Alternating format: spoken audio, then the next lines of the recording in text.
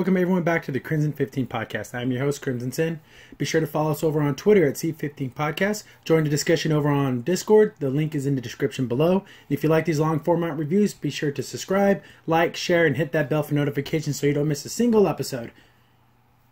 So we're up to episode 6 of Carmen Sandiego, and everyone was telling me that this was the best episode. This is the one that everyone, no one has told me specifically what was their favorite one, but this one is the one that always came up most often in the comments and on Twitter and stuff. And I agree, so far, this is, episode 6 is the best episode, but it still has its stupid little silly moments and cartoon logic that isn't necessary. They could do everything that happened, just don't make it as silly. But there is some moments at the end where I thought, you know, it shows Carmen has some vulnerabilities and stuff. Like, oh, that's nice. I like that. Instead of Carmen being 1000% perfect, she's actually shows a little bit of flaws here and there. But it opens up there in Australia, and they're at the opera house, and they're gonna go see Carmen. She's named Carmen. But they get in there, and apparently there's supposed to be a Vile operative there, and Carmen's in the backstage, like seriously, like on the freaking stage, behind like the red curtain, and then Graham, aka Crackle's like, hey, you can't be back here. She's like, oh crap, it's Crackle, and well, what are you doing here? And he's like, well, I work here, and I don't know who you are, but you can't be here. Remember at the episode where he screwed up? I guess they did mind wipe him. That was that chair they put him in. So I'm okay, mind wipe. They let him go back to his old life, which is very nice of Vile. They could easily just kill you and dump you off if wiped his mind and just left him somewhere. They actually literally invented a backstory so he can get his job back and everything. Very nice of Vile to do that. Like, they didn't have to do any of that. But he's like, hey, you can't be back here without a special bracelet or whatever. You have to go to the front stage. And she kind of is like, wait a second, he really isn't Crackle anymore. He's talking like a normal person. Just like when they first met, you could tell that he always liked her. So he's kind of flirting with her a little bit, He's kind of like, hey, I would never forget, a girl like you. There's no way I would remember you like in a heartbeat, because he likes her, which is completely fine. And he's like, hey, go enjoy the show, but, being nice to her. Player, of course, he's not showing, but in the first episode, you could tell he was like a little jealous of Graham because Carmen likes him, and you can kind of tell, Player, he probably never really even met Carmen in person, but I'm pretty sure he has, at least a crush on her. But he's like, you can't trust him or whatever, and she's like, that's weird. There's no way. I could hear it in his voice and see it in his eyes. He wasn't joking. He honestly doesn't remember me. So something must have happened to him or it messed up his mind. And she's like, but there must be another Vile operative here, and it's Goat Boy. And are these the only operatives they have? Didn't they say the 30 thieves? Wasn't 30 people graduate every year? Why aren't there more characters? But it's always the same set of characters. They all seem to happen to be her old teammates. So our Goat Boy's up in the rafters and everything, and she's gonna go confront him. He has what I thought was like an oxygen mask, but it's like a little sound wave thingy. And she knocks it out of his hand, and she picks it up, and she's looking at it. Our goat guy is like running around and trying to get behind her. I'm like, oh, she's going to dodge this. No, she gets like kicked right in the back. And I'm thinking to myself, she just stood there and like let him run at her like that? And she was like fiddling with this thing. Why didn't she just destroy it or break it? Like, why did she even leave it there? But we do, this whole little fight scene is actually pretty cool. There's a lot of cool dynamic angles. I like the Carmen, the opera's going on, so you hear the whole, the most famous part of that whole opera, the dun dun dun dun dun dun dun dun dun. I think most famously done in Hey Arnold. Their version of Carmen was the best. But so they're like quiet fighting, so like their kicks and everything are making a little bit of noise, and you can just hear the opera going on, which I thought was kind of cool. They're fighting over this little sound wave thingy, and we see him the goat guy puts a little earplugs in and everything, and he's gonna aim it at the singer, and I'm thinking to myself, like, what could this possibly be? First I thought maybe they're gonna try to like record her voice, or I don't know. I was actually intrigued about what exactly is going on here. But Carmen ends up getting knocked over on the rafters, and she's hanging on. He activates this thing, and it just kind of goes off and nothing really happens, and then he runs off. I'm thinking to myself, what could this have possibly have been? They got a recording of it though because Player was recording through, I guess, however mic or headpiece thing that she has going on there. So they're trying to analyze it. We get back to Vile headquarters and we got Cerebellum, and then it's like, oh, mission accomplished, step 1 done. We have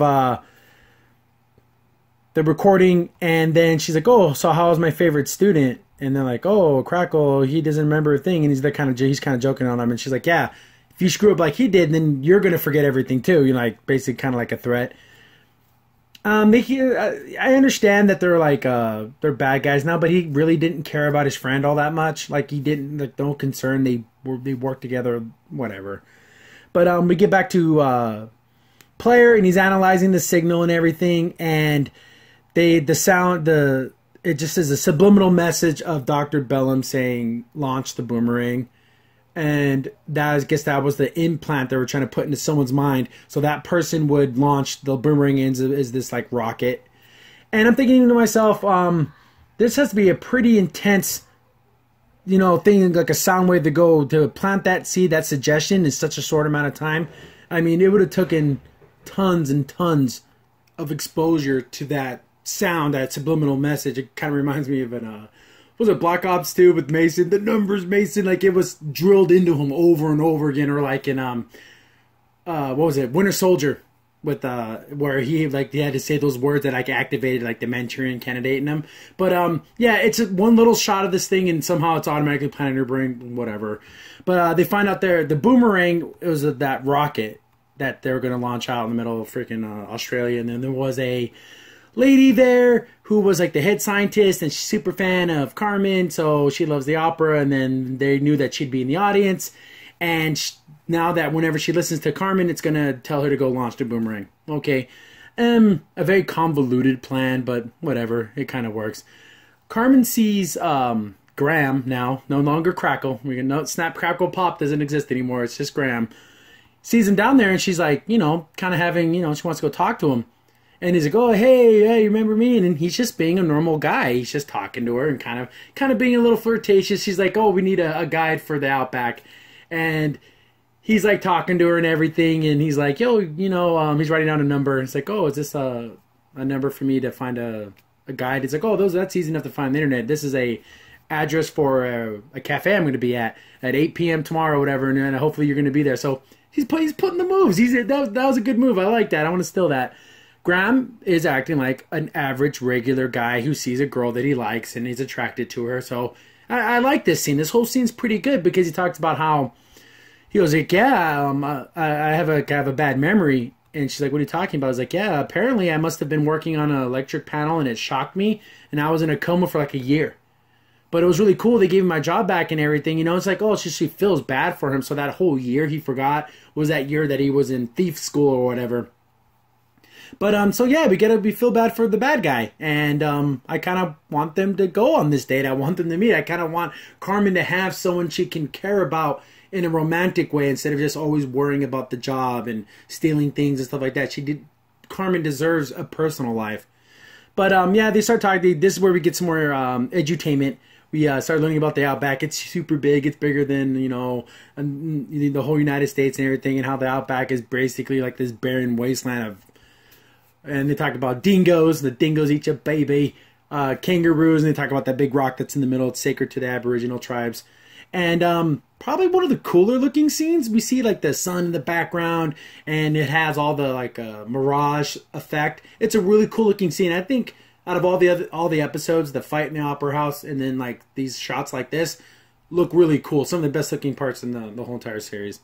So they found a guide, and they're talking about everything. And then, of course, Zach's being an idiot. Oh, you ever fight a kangaroo or a crocodile? And he's just being obnoxious. Again, people are telling me he's supposed to be like in his 20s. He acts like he's 13 years old, 14, 15 max, but whatever. And they get to that big rock, and they're talking about it and everything, and how it's sacred to the people. And Carmen comes to the realization, oh, they're going to use this rocket. They want it to fail. And I guess it was a faulty rocket. And like, oh, don't have to worry about it. There won't be a launch because it's the rocket doesn't work right. That's exactly what they want to happen. They want the rocket to explode. All the debris is going to fall on the sacred lands. They're going to end up losing all their government contracts. And then Vile's going to step in, take over the company so they can get into aerospace technologies and everything. not a bad idea. It's a villainous idea. They're going to do something horrible, kind of like the whole thing with poisoning the rice fields. It's a very bad guy type plan for a very bad guy type end. See, unlike the poisoning the rice fields to sell instant rice, which is beyond stupid, this is actually take over a whole nother company, steal all their technologies. This is the first time it's actually like, oh, that's something an evil organization would actually do. So like, oh crap, we have to get there and then, you know, stop all this. This is going to happen in every episode. They go to the place that's you would think would have high security, and there is no security guards, and it's practically empty. There's no scientists here. There's no, just regular maintenance guys, nothing. There's just the people they need to talk to. So they dress up like rocket scientists, and Carmen's looking pretty cute in these glasses. So she tells him, hey, find the doctor. Don't let her listen to any music. I'm going to hack into the launch thing and just deactivate it from there, too. So they're doing a two-pronged attack. So if they can't stop the doctor, she's going to disable the launch altogether. So even if she does go there, she's not going to be able to do the launch. Good, not a bad idea. Pretty good plan. Tweedledee and Tweedledum here. Ivy and Zach get into the area. And, of course, I think she's the only person there. Maybe there's, like, one other person. And she's going to listen to music on the world's largest freaking, what is this? It must be like an iPad mini or something because it's humongous for an MP3 player of some kind. It's definitely not a iPad Nano. It's nothing like that. So she's going to listen to music on, and they stop her, and they're like, oh, we're your new interns. And she's like, what the heck? And they're like, oh, what do you listen to, Doc? And she's listening to a podcast. She's listening to the Crimson 15 podcast. How cool would that be?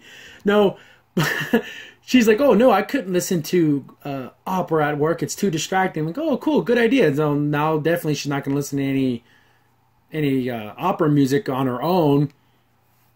We cut over to Carmen, and she's in the computer lab, or the launch room. And kind of a cool angle. It's a top-down angle. She's working on the screen. She's basically going to deactivate the computer systems, which is weird because they make this weird, like, I understand that Player is her hacker guy. But he wouldn't be able to hack this. Carmen had to do it. Was that even necessary to, like, so she's a better hacker than him? Then what's the freaking point of having Player on your little roster of teams just to do things you don't feel like doing? That would have been nice if it had just been Player doing it. Let him be the hacker. Let Carmen be the hands-on type. But she's hacking all the codes, and there's a big old launch button. And I guess when everything's deactivated, it just pops up, which is a dumb... I guess I don't know if it's a fail-safe of some kind. But she has to keep working on it to completely disable it. We find Goat Boy and Badger Boy, and they're going to hack the PA system and then play the Carmen song. There's like speakers all over I don't know if these are alarm speakers or just regular PA speakers, but they're like on the rooftops and everything too, so it's kind of ridiculous. And it starts playing Carmen all over the base.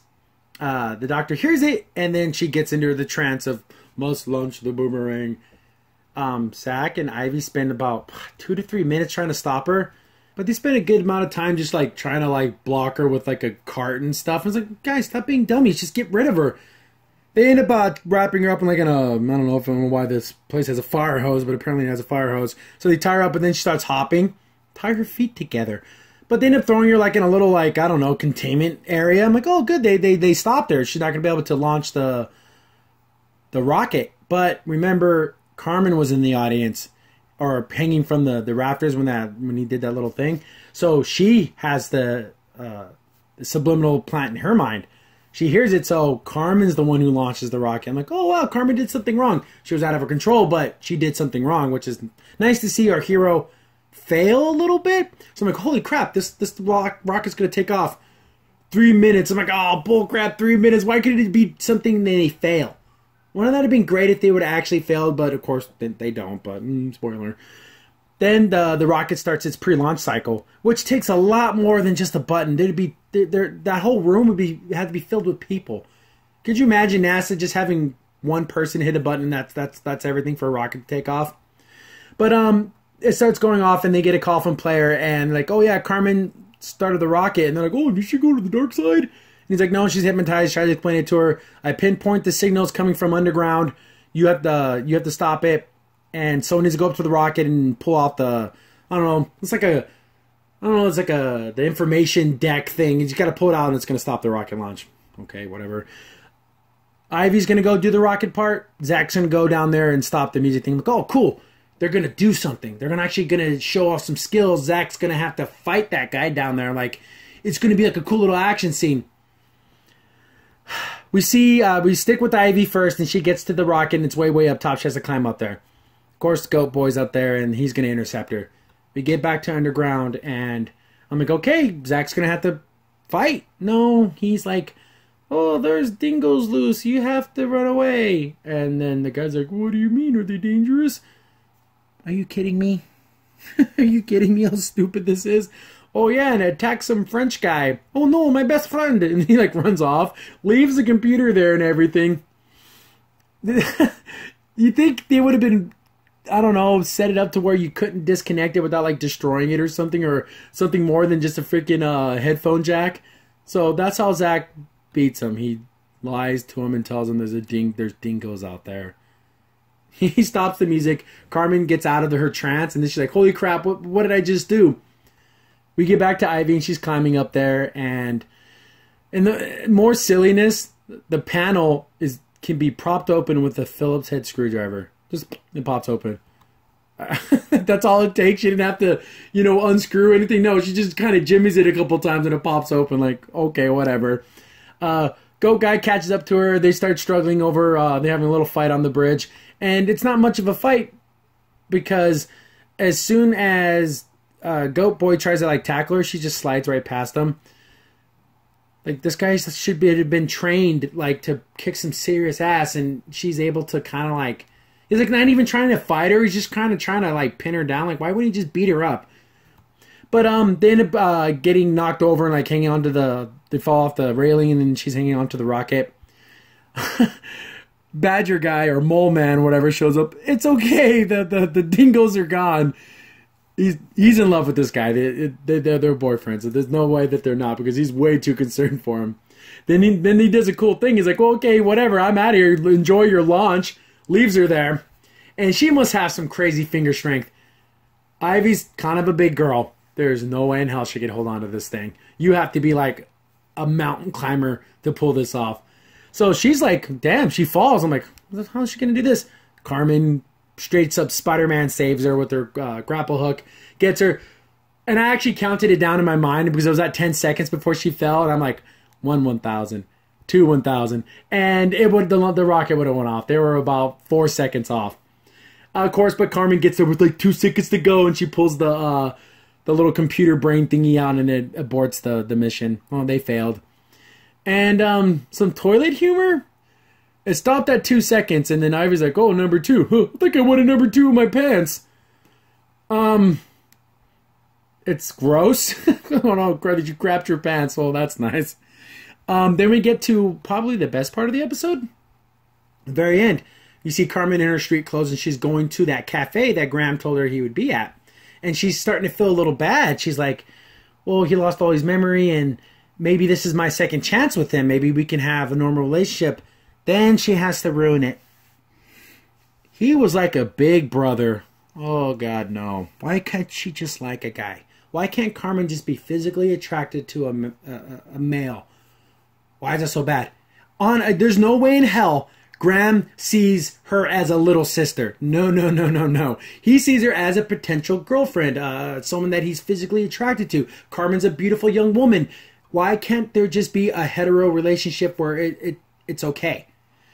But she starts to even play her, for better or worse, is like, well, what if they're using him to get to you? What if they're setting up other things? Like, oh, that does kind of make sense. And then she realized, what good can come from us being together? I will only make him a target, and if he does have a second chance at a normal life, I will only ruin it. And then he sees her across the street, and she, of course, just like the born identity, a car goes by and boom, I guess, I don't know if she jumped on the car, but used it to get away, so she kind of stood him up. But she did look sad, and he saw that she looked sad, so maybe he realizes, well, maybe she had to go do something, and then you see Carmen, and she feels bad about the whole situation, but I'm not doing this to protect me, I'm doing it to protect him.